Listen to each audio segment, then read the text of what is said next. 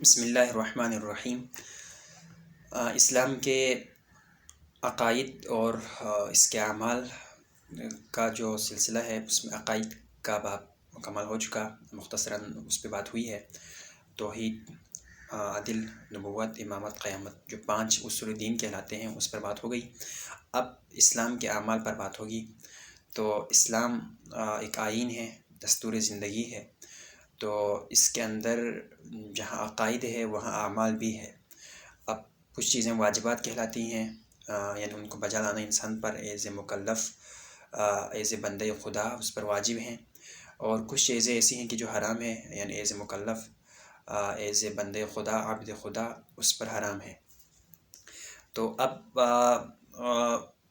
اس کے علاوہ کچھ اور چیزیں ہیں، مثلا میراث ہے، جو مثلا ایک بندہ دنیا سے چلا جاتا ہے تو اس کے جو بچے ہیں، اس کے اولاد ہے، اس کا جو وہ ہے مال و جائیداد ہے اس میں سے حصہ ملتا ہے، تو یہ میراث کہلاتا ہے۔ تو اسی طرح بہت ساری چیزیں ہیں، اجارہ ہے، اچھا جی، تجارت ہے، ان سب پہ بات ہوگی انشاءاللہ سے۔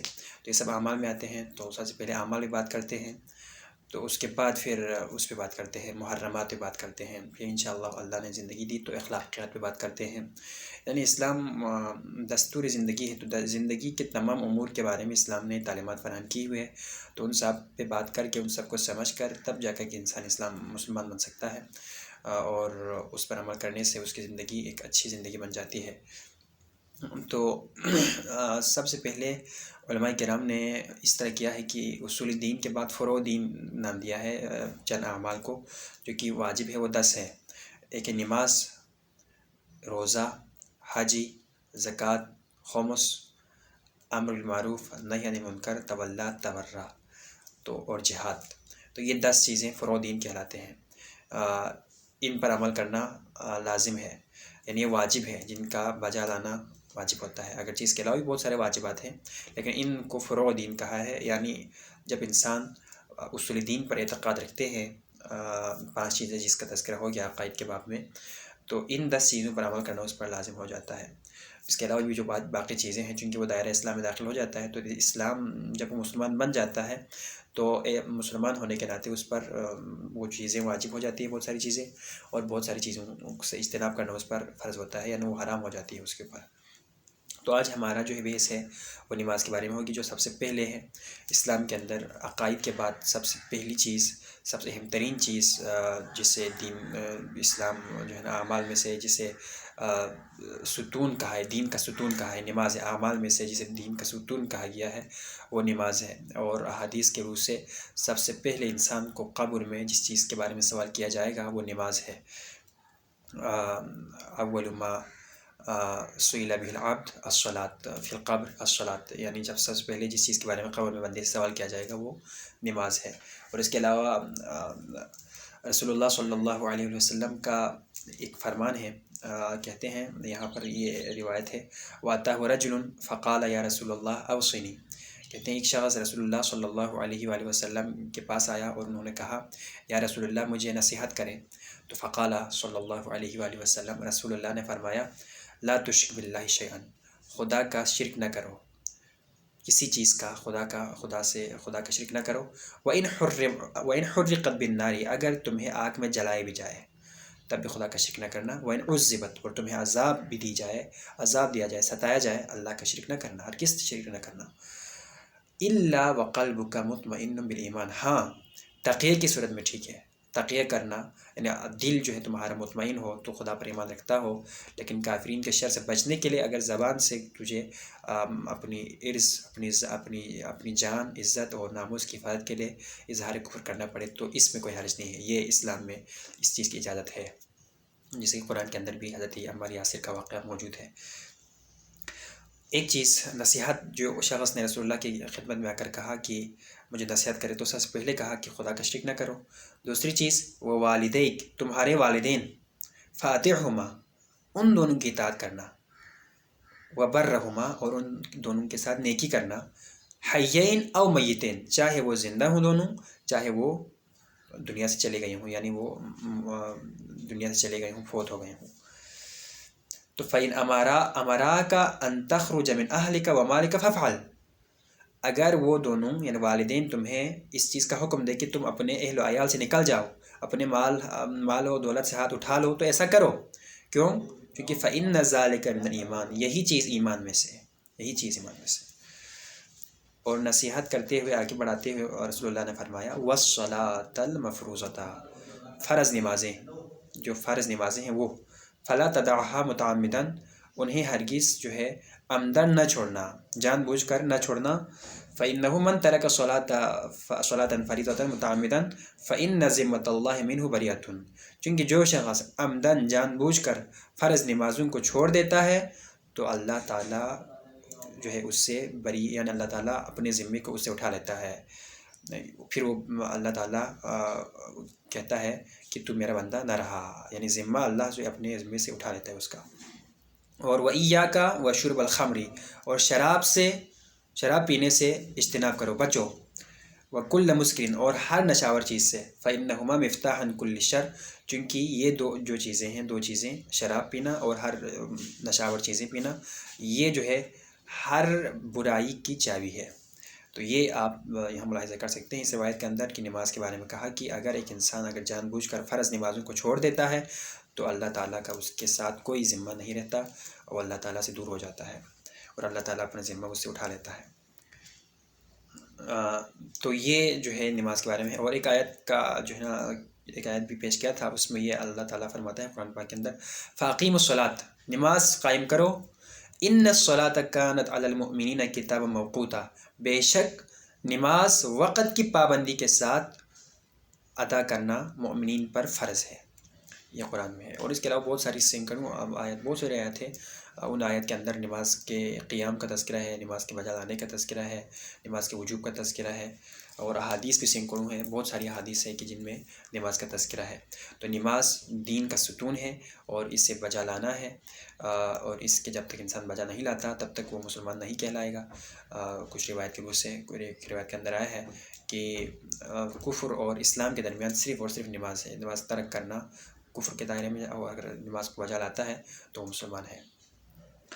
اور یہ بھی روایت کے اندر آیا ہے کہ جو بھی شخص نماز کو خفیف سمجھتا ہے، ہلکا سمجھتا ہے، تو معصومین علیہم السلام کا، رہبران اسلام کا یہ کہنا ہے کہ ہم ان کی شفاعت نہیں کریں گے، ان کی سفارش نہیں کریں گے، وہ ہم میں سے نہیں ہے.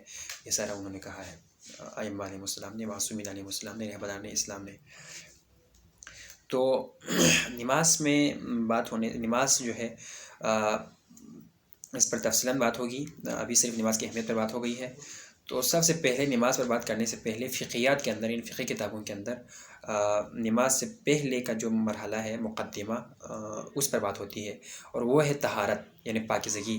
نماز سے پہلے طہارت ہوتی ہے، اس کے بعد نماز کا مرحلہ آتا ہے. تو پاکیزگی میں طہارت میں جو ہے، طہارت کہتے کس ہیں، سب سے پہلے یہ سمجھنا چاہیے. طہارت لغت میں پاکیزگی کو کہتے ہیں، نظافت کو کہتے ہیں. اور شریعت کے اندر، اسلام کے اندر کہتے ہیں طہور کو نیت کے ساتھ استعمال کرنا. یعنی آپ نیت کریں کہ میں پاک ہو جاؤں گا اس واسطے کہ نماز پڑھنے کے واسطے، یا وہ چیزیں جن کے لیے طہارت شرط ہے ان چیزوں کو بجا لانے کے لیے میں پاک ہو جاؤں گا، اس نیت کے ساتھ آپ طہور کا استعمال کرتے ہیں. طہور سے مراد یعنی پانی اور مٹی ہے، چونکہ یہ دونوں چیزیں جو ہے طہور ہے، یہ پاک کرنے والی چیزوں میں سے ہے. اس کے علاوہ بھی بہت ساری چیزیں ہیں پاک کرنے والی، اس پر بات ہوگی انشاءاللہ. تو شرع کے اندر طہارت سے مراد یہ ہے کہ انسان ارادہ اور نیت کے ساتھ طہور کا، یعنی پانی اور مٹی کا استعمال کرے. اور یہ جو پانی ہے وہ حدث اور خبث دونوں کو پاک کرتا ہے. یعنی حدث سے مراد یعنی انسان سے اگر کوئی انسان نے اگر وہ غسل مجنب ہو چکا ہے، یعنی احتلام ہو چکا ہے، منی خارج ہو گیا ہے، اس وجہ سے اس کے اوپر غسل واجب ہو گیا ہے، تو یہ اگر وہ پانی استعمال کرتا ہے تو وہ کیا ہو جاتا ہے، پاک ہو جاتا ہے. تو یہ مطہر للحدث ہے. اور مطہر للخبث کا مطلب ہے یعنی نجاسات سے جو ہے،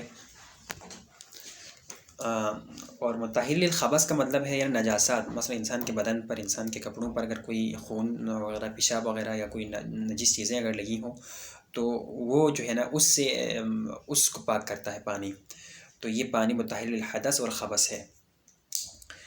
اور خود پانی نجس ہو جاتا ہے اس وقت جب کسی نجس چیز سے یہ مل لے اور اس کا اگر رنگ و ذائقہ تبدیل ہو جائے تو یہ نجس ہو جاتا ہے، اگر کر اور جاری پانی ہو تو۔ کر اور جاری پانی ہو تو اگر نجاست سے مل جائیں تو پھر یہ نجس ہو جاتا ہے، لیکن اگر قلیل پانی ہو تو اگر رنگ و ذائقہ تبدیل نہ بھی ہو جائے تب بھی نجس ہو جاتا ہے۔ نجاست سے ملنے پر قلیل پانی نجس ہو جاتا ہے۔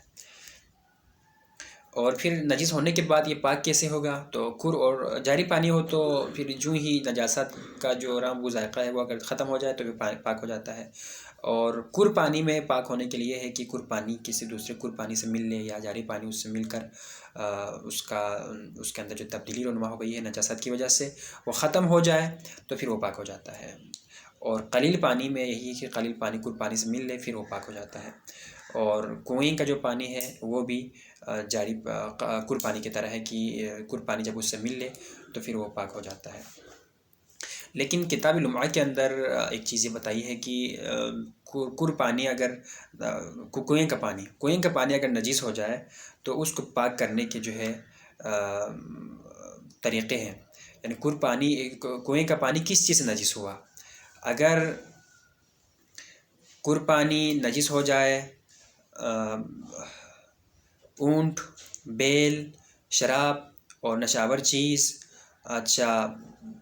حیض و نفاس کا خون، اسی طرح فقہ جو کا شراب ہے وہ وغیرہ گرنے کی وجہ سے اگر کنویں کا پانی اگر نجس ہو جائے تو وہ جو ہے ایسے ہی پاک نہیں ہوگا، بلکہ کہتے ہیں لمعہ جو شیر اول ہیں لمعہ لکھنے والے، لمعہ جو کہ ایک فقہی بڑی کتاب ہے، جو فقہ کی کتاب ہے، اس کے لکھنے والے کہتے ہیں اگر ان چیزوں سے جو 6 چیزیں ہیں ان 6 چیزوں سے اگر نجس ہو جائے تو آپ کو سارا پانی نکالنا پڑے گا، سارا پانی نکال لیں پھر بعد میں پانی اس سے ابال آئیں تو پھر وہ پاک ہے، ورنہ پاک نہیں ہے۔ اور اسی طرح اگر اس میں کوئی چوپائی گر جائے یا جو ہے گدا گر جائے یا اگر اس میں گائے گر جائے اور نجس ہو جائے تو اس کے لیے آپ کو ایک کر کی مقدار میں پانی نکالنا پڑے گا۔ اور اگر کوئی انسان گر جائے تو پھر آپ کو وہاں پہ 70 ڈول آپ کو پانی نکالنے پڑیں گے۔ اور اگر زیادہ خون اس پہ گرا ہو یا تازہ پاخانہ اس میں گرا ہو تو آپ کے لیے 50 ڈول نکالنے پڑیں گے۔ اور اگر لومڑی، خرگوش، بھیڑ، خنزیر، کتا، بلی، مرد کا پیشاب، یہ 7 چیزیں اگر یہ گر کر اگر نجس ہو گیا تو آپ کو 40 ڈول نکالنے پڑیں گے۔